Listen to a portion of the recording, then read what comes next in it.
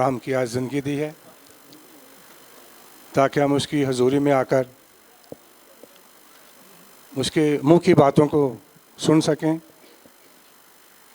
जो उसने स्लीब के ऊपर कहीं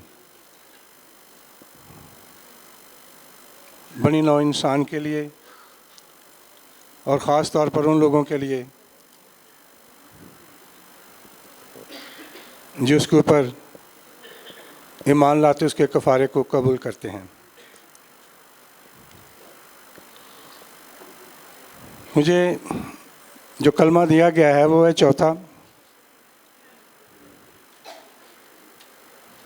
आए मेरे खुदा, आए मेरे खुदा, तूने मुझे क्यों छोड़ दिया है। कभी कभी अजीज़ों, जब हम भी दुख में से गुज़रते हैं तो हम कहते हैं कि खुदा तूने हमें क्यों छोड़ दिया। कहते हैं खुदा हम क्यों छोड़ दिया, लेकिन खुदा छोड़ता नहीं है। खुदा हमेशा आपके साथ है क्योंकि वो बाप है। हालेलुया। इस कलमे को समझने के लिए कलाम से पढ़ा जाना बहुत ज़रूरी है ताकि हम इस कलाम को समझ सकें। मुक़द्दस मत्ती रसूल की इंजील उसका 27वां बाब है और उसकी 38वीं आयत से हम खुदा के कलाम में से सीखेंगे। मुक़द्दस मत्ती रसूल की इंजील उसका 27वां बाब 38वीं आयत से, ऊपर से भी आप पढ़ सकते हैं बाहर में जाके घर। उस वक्त उसके साथ 2 डाकू मसलूब हुए, एक दानी और एक बाईं, और राह चलने वालों ने सिर हला कर उसको लान तान करते और कहते थे, आए मक़दस के ढाने वाले और 3 दिन में बनाने वाले, अपने तई बचा। अगर तू खुदा का बेटा है तो स्लीब पर से उतरा। इसी तरह सरदार काइनों ने भी फ़कीरों और बुज़ुर्गों के साथ मिलकर ठट्ठे से कहते थे, इसने औरों को बचाया और अपने ताई नहीं बचा सकता। ये तो इस्राएल का बादशाह है। अब स्लीब पर से उतर कर आए तो हम इस पर ईमान लाएं। इसलिए इसने खुदा पर भरोसा किया है। अगर वो इसे चाहता है तो अब इसको छुड़ा ले। अगर वो इसे चाहता है तो अब इसको छुड़ा ले, क्योंकि इसने कहा मैं खुदा का बेटा हूं। मैं बोले मैं खुदा का बेटा हूं। इसी तरह डाकू भी जो उसके साथ मसलूब हुए थे उस पर लान तान करते थे। और दोपहर से तीसरे पहर तक तमाम मुल्क में अंधेरा छाया रहा। और तीसरे पहर के करीब यीशु ने बड़ी आवाज़ से चिल्ला कर कहा, एली एली लमा शबक्तनी, यानी आए मेरे खुदा, आए मेरे खुदा, तूने मुझे क्यों छोड़ दिया। और जो वहाँ थे उनमें से बाज़ ने सुनकर कहा, ये एलिया को बुलाता है। और वो फ़ौरन उनमें से एक शख्स दौड़ा और स्पंज लेकर सिरका में डुबोया और सरकंडे पर रखकर उसे चुसाया। मगर बाकियों ने कहा, ठहर जाओ, देखें तो एलिया उसे बचाने आता या नहीं। यीशु ने फिर बड़ी आवाज़ से चिल्लाकर जान दे दी। खुदा के कलाम के पढ़े सुन जा फुलाम की बरकत हो, आमीन। ये जो मैंने आपके सामने पढ़ा है, आए मेरे खुदा, आए मेरे खुदा,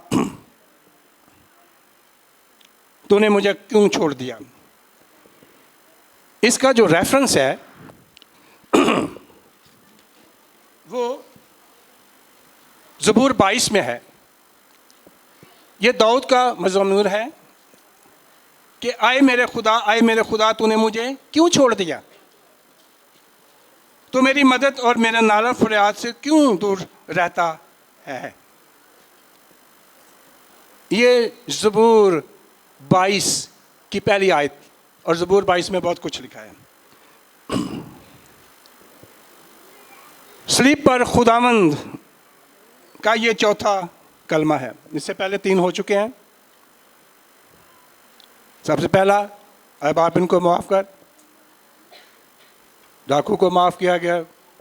खुदा के खादम पास्टर जुवैद ने भी इसको सुनाया कि ये तेरी माँ है और तेरा बेटा है।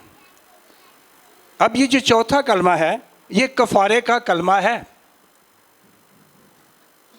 यहाँ पे लफ्ज़ इस्तेमाल किया कलमा। कलमा जो मैं बोल रहा हूँ, कलमे की जो जमा है वो कलाम है। यूहन्ना की इंजील में लिखा, इब्तिदा में कलाम था, कलाम खुदा के साथ था। लेकिन कैथलिक बाइबल में जो यूहन्ना की इंजील है, वहाँ के कलमा, इब्तिदा में कलमा था, कलमा खुदा के साथ था और खुदा कलमा था, उसके वसीला से सब कुछ पैदा। तो कलमा, जो कुछ मैं बोल रहा हूँ, जो कुछ आप बोलते हैं, अपनी बात दूसरों तक पहुँचाते हैं, तो ये कफ़ारा का कलमा है। स्लीपर खुदा के ये चौथा कलमा, ये कलमा एक पुकार है। इस पुकार का जो वक्त है, जो टाइमिंग, एक बात को हमेशा ज़हन से रखें, खुदा अपने वक्त के हिसाब से काम करता है। आप खुदा को मजबूर नहीं कर सकते। खुदा ने हर एक चीज़ के लिए एक वक्त मुकर्रर किया है और खुदा उस वक्त के मुताबिक ये सब कुछ करने की कुदरत रखता है। ये कलमा एक पुकार है और इस पुकार का जो वक्त है वो तीसरे पहर के करीब है। जुम्मे का दिन है और दोपहर के 3 बजे हैं। दोपहर के क्या बजे हैं? 3। हम तो 12 बजे से 3 बजे तक कहते हैं, लेकिन खुदा ने यीशु मसीह 9 से लेकर 3 बजे तक स्लीपर रहे, 6 घंटे। 9 से 3 बजे, 6 घंटे। हम तो 3 घंटों में थक जाते हैं, लेकिन आपका खुदावन जिसने बाप की मर्जी को पूरा किया। और शायद 53 में लिखा कि खुदावन को पसंद आया कि उसे कुचला गया, मारा गया, और उसने कोई गुनाह नहीं किया था। यीशु मसीह में कोई मारूसी गुनाह नहीं था। और दूसरा, यीशु ने कभी गुनाह किया ही नहीं। हालेलुया। आपको फख्र करना चाहिए अपने यीशु के ऊपर, जिसने कभी गुनाह ही नहीं किया। और आपका यीशु कभी बीमार भी नहीं हुआ। हालेलुया। वो बीमार हो नहीं सकता था। तो ये तीसरे पहर के करीब कुरान पुकारे। ये वक्त यहूदियों की कुर्बानी का वक्त था। ये 3 बजे, ये बहुत इंपॉर्टेंट वक्त था। यहूदी लोग इस वक्त कुर्बानी देते थे। मसीह जो इन कुर्बानियों का, ये खींच रहे हैं यार, तार को खींचते बच्चे।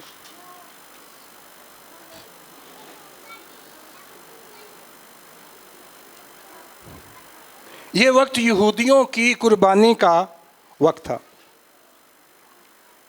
मसीह जो इन कुर्बानियों को असल था, इस वक्त खुद कुर्बान हो रहा था, जो खुदा का हकीकी बर्रा था। हालेलुया।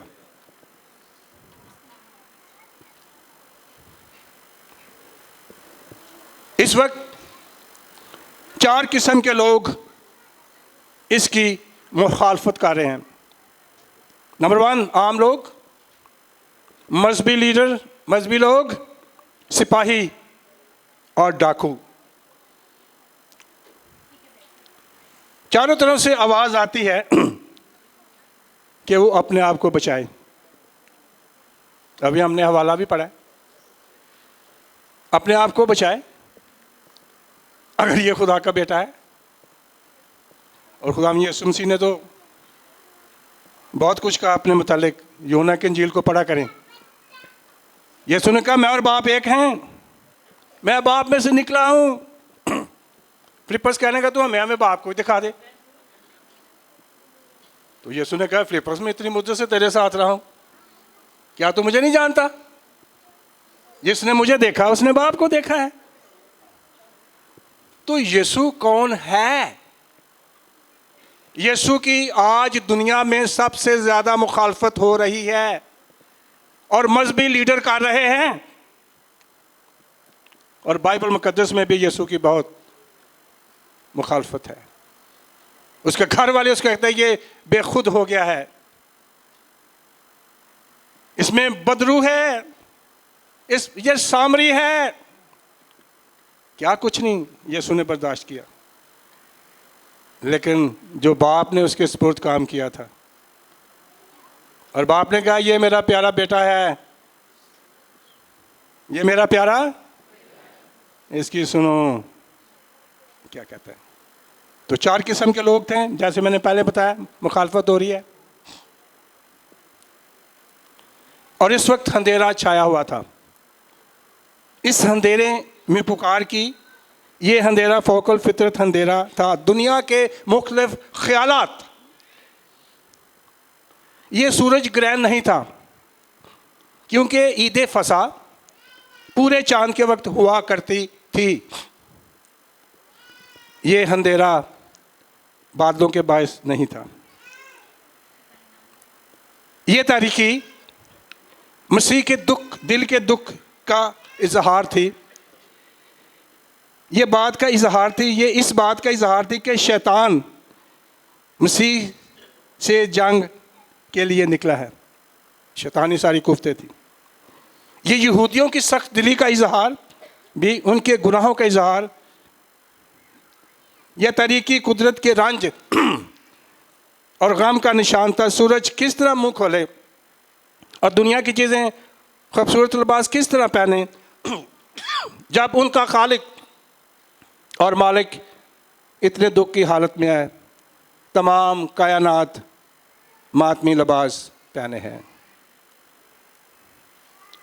यह तारीकी गुनाह की असलियत का इजहार थी। गुनाह अंधेरा है। जिस जिंदगी में गुनाह होगा तारीकी होगी। ऐसी तारीकी में पुकार, आए मेरे खुदा, आए मेरे खुदा। बड़ी आवाज़ से चिल्लाकर कहा, आए मेरे खुदा, आए मेरे खुदा, तूने मुझे क्यों छोड़ दिया।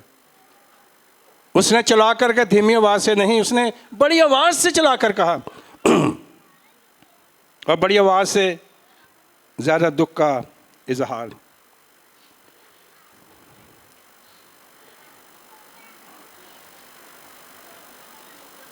खुदावंद यीशु मसीह बाप के साथ कभी उसकी जुदाई नहीं हुई थी। रातों रात खुदावंद यीशु मसीह दुआ करते थे, और पहाड़ के ऊपर। और यीशु मसीह हमेशा बाप की मर्जी में मूव करता था, जो कुछ बाप कहता था। लेकिन यहाँ पर देखते हैं उसको छोड़ा गया, क्योंकि गुनाह एक ऐसी बदबू है, ऐसी मकरू चीज़ है जिसे खुदा देख नहीं सकता। अभी पाज साहब ने बताया, पाज जुवैद ने, और बड़ी मशहूर आयत है, ये आपको आती होगी, आनी भी चाहिए। यूहन्ना 3:16, क्योंकि खुदा ने, शाबाश, क्योंकि ताकि राख ना हो, हालेलुया, इंटरनल लाइफ, हमेशा की जिंदगी, और वो आपके यीशु के पास है, जिसने कहा राह को जिंदगी कोई मेरे वसीला बाप के पास नहीं जा सकता। आज बहुत से मज़ाहिब कहते हैं बड़ी राहें हैं, लेकिन राह एक ही है। यीशु ने कहा राह और जिंदगी कोई मेरे वसीला बाप के पास नहीं जा सकता, नहीं जा सकता। ये कोई अंदरूनी बात न थी, इससे पहले जिस्मानी और बैरूनी दुख थे।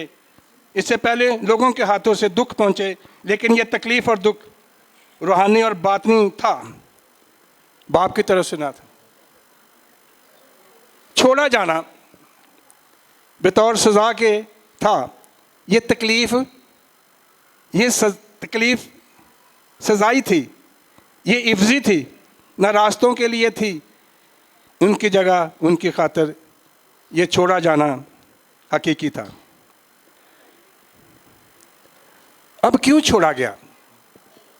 क्यों खुदा गुनाह नहीं देख सकता था, मेरे और आपके गुनाह और आने वाले ज़मानों के सारे गुनाह यीशु के ऊपर ला दिए गए।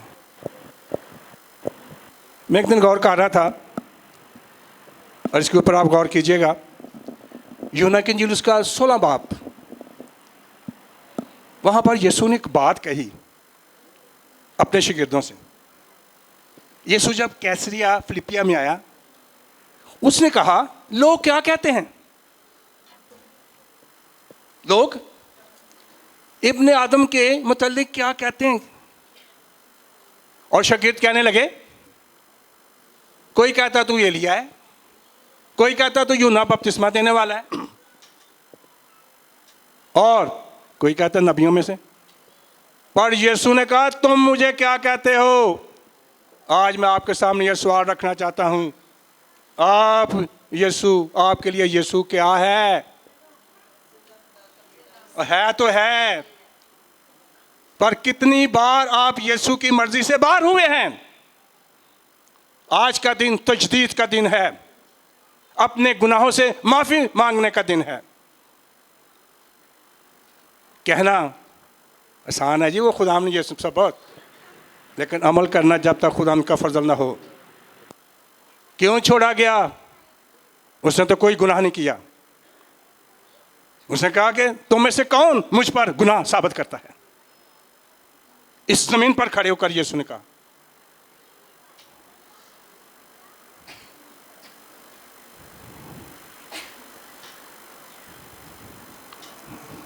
ओके जी, ओके, गॉड ब्लेस यू, खुदावंद आपको बरकत दे। थैंक यू जी, हालेलुया।